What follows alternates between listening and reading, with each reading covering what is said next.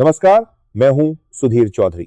आज हम देश के उस हिस्से की बात करेंगे जो सुर्खियों में तब आता है जब चुनाव होते हैं या फिर तब आता है जब मानसून खराब होता है। हम बात कर रहे हैं भारत के अन्नदाता की, हमारे देश के किसानों की। आज का हमारा ये विश्लेषण देश के करोड़ों किसानों के बैंक खातों से जुड़ा है, उनके हक से जुड़ा है और उस भरोसे से जुड़ा है जिसे हम पीएम किसान सम्मान निधि कहते हैं।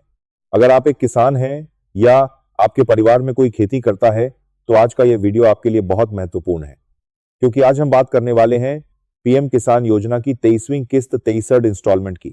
कब आएगी ये किस्त? आपके खाते में 2000 ट्रांसफर होंगे या नहीं? और सबसे बड़ी बात, वो कौन सी गलतियां हैं जिनकी वजह से लाखों किसानों का पैसा इस बार अटक सकता है? आज हम इसका एक एक पन्ना खोलेंगे। देखिए, सरकार हर साल किसानों को 6000 की आर्थिक मदद देती है। यह पैसा 2000 की 3 किश्तों में सीधे बैंक खातों में जाता है, जिसे आप डीबीटी यानी डायरेक्ट बेनिफिट ट्रांसफर कहते हैं, बिना किसी बिचौलिए के, बिना किसी कट कमीशन के। अब सवाल है कि 23वीं किस्त कब आएगी? अगर हम सरकार के पुराने पैटर्न और नियमों का विश्लेषण करें तो हर 4 महीने में एक किस्त जारी होती है। पिछली किस्त के बाद अब करोड़ों किसान इस 23वीं किस्त का इंतजार कर रहे हैं।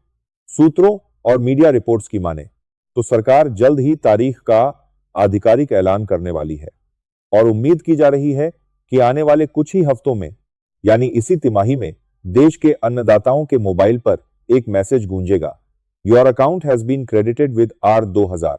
लेकिन यहां एक बहुत बड़ा लेकिन है जिस पर आपको ध्यान देना होगा। पैसा आना एक बात है, लेकिन पैसा आपके खाते तक पहुंचना दूसरी बात है। पिछली बार भी लाखों किसान ऐसे थे जिनके खाते में पैसे नहीं पहुंचे।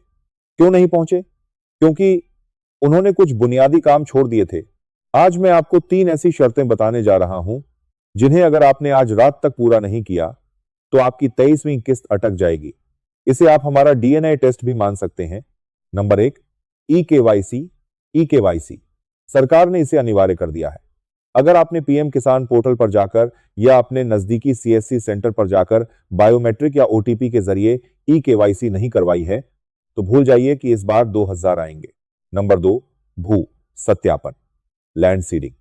आपकी जमीन का रिकॉर्ड सरकारी डेटाबेस से मैच होना चाहिए। अगर आपके स्टेटस में लैंड सीडिंग एनओ लिखा है तो आपकी किस्त रोक दी जाएगी। नंबर 3, आधार और बैंक अकाउंट लिंकिंग।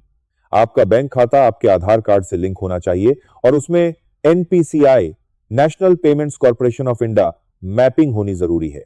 अब आप सोच रहे होंगे कि सुधीर जी, हमें कैसे पता चलेगा कि हमारा नाम लिस्ट में है या नहीं? तो इसका तरीका बहुत सरल है। तकनीक का जमाना है। आपको किसी दफ्तर के चक्कर नहीं काटने हैं। आप सीधे pmkaizen.gov इन वेबसाइट पर जाइए। वहां एक विकल्प मिलेगा, नो योर स्टेटस, यानी अपना स्टेटस जाने। वहां अपना रजिस्ट्रेशन नंबर डालिए, कैप्चा कोड भरिए और आपके सामने आपकी पूरी कुंडली आ जाएगी। अगर वहां सब कुछ यस है तो आप निश्चिंत रहिए, आपका पैसा सुरक्षित है।